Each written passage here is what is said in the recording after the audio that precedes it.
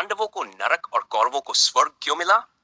दोस्तों, महाभारत धर्म और अधर्म की सबसे बड़ी गाथा है। हमने हमेशा सुना है कि अच्छे कर्म करने वाले स्वर्ग जाते हैं और बुरे कर्म करने वाले नरक। लेकिन महाभारत के अंत में जो हुआ वह इस सोच को चुनौती देता है। युद्ध के बाद जब पांडव स्वर्ग पहुंचे तो उन्होंने देखा कि कौरव शकुनी, दुर्योधन और दुशासन स्वर्ग में थे, जबकि उनके अपने भाई और पत्नी द्रौपदी नरक में यातनाएं झेल रहे थे।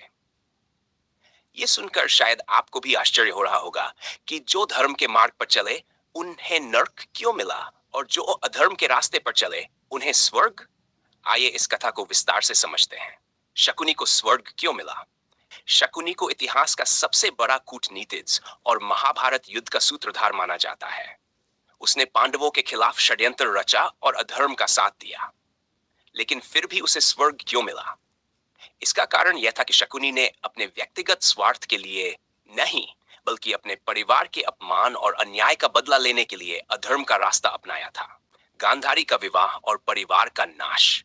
शकुनी अपनी बहन गांधारी से बहुत प्रेम करता था, लेकिन जब यह तय हुआ कि उसकी शादी जन्मांध धृतराष्ट्र से होगी तो वह इसे रोक नहीं सका। इसके अलावा भविष्यवाणियों के कारण गांधारी का पहले एक बकरी से विवाह करवा दिया गया था, जिसे बाद में मार दिया गया। जब ये बात भीष्म पितामह को पता चली तो उन्होंने गांधारी के पिता राजा सुबल और उनके पूरे परिवार को कारागार में डाल दिया। जेल में यातनाएं और बदले की प्रतिज्ञा। जेल में पूरे परिवार को सिर्फ एक मुट्ठी अनाज दिया जाता था, जिसे सभी ने मिलकर केवल शकुनी को खिलाया ताकि वह बच सके और अपने परिवार की मौत का बदला ले सके। अपने पिता की हड्डियों से उसने जादुई पासे बनाए, जिनका उपयोग उसने महाभारत के सबसे बड़े षड्यंत्र द्यूत क्रीड़ा जुए में किया। कर्मों का फलकुनी ने अधर्म का साथ दिया, लेकिन उसके इरादे स्वार्थी नहीं थे, इसलिए उसे कुछ समय के लिए स्वर्ग का सुख मिला।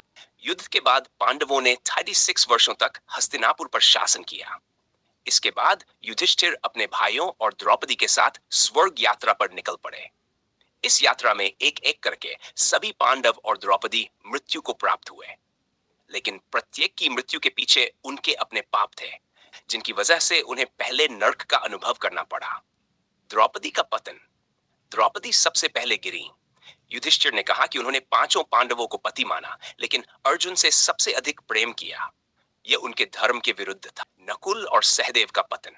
नकुल को अपने रूप और सुंदरता पर अत्यधिक गर्व था, जबकि सहदेव को अपनी बुद्धि पर घमंड था, लेकिन उन्होंने इसका सही उपयोग कभी नहीं किया।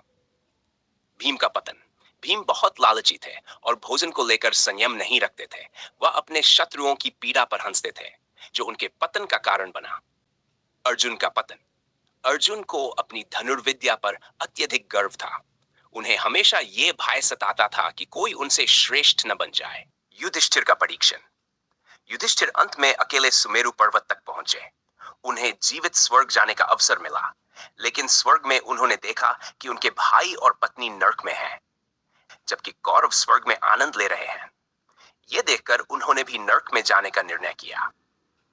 देवताओं का रहस्योद्घाटन। जब युधिष्ठिर नरक में गए तो उन्हें बताया गया कि यह सब एक परीक्षा थी। उनके मन में कौरवों के प्रति घृणा थी, जिसे समाप्त करने के लिए यह छल किया गया था। अंततः जब उन्होंने अपने मन से यह द्वेष हटा दिया, तब वे वास्तविक स्वर्ग पहुंचे। यह कथा हमें यह सिखाती है कि स्वर्ग और नर्क का निर्धारण केवल धर्म और अधर्म से नहीं होता, बल्कि हमारे कर्मों के पीछे की भावना भी मायने रखती है। पांडव धर्म के मार्ग पर थे, लेकिन उनमें भी कई कमजोरियां थी, जिनके कारण उन्हें पहले नर्क का अनुभव करना पड़ा। वहीं कौरव अधर्मी थे, लेकिन उनके कर्मों के पीछे के कुछ कारण ऐसे थे जिनके लिए उन्हें कुछ समय के लिए स्वर्ग का सुख दिया गया। यह कहानी हमें यह भी सिखाती है कि जीवन में किसी भी चीज के प्रति घृणा या द्वेष रखना हमें मानसिक रूप से बांध सकता है।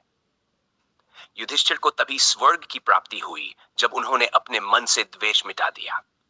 अगर आपको यह कहानी पसंद आई हो तो वीडियो को लाइक करें और चैनल को सब्सक्राइब करें, ताकि आगे भी ऐसी रोचक और जानवर्धक कहानियां आप तक पहुंचती रहें।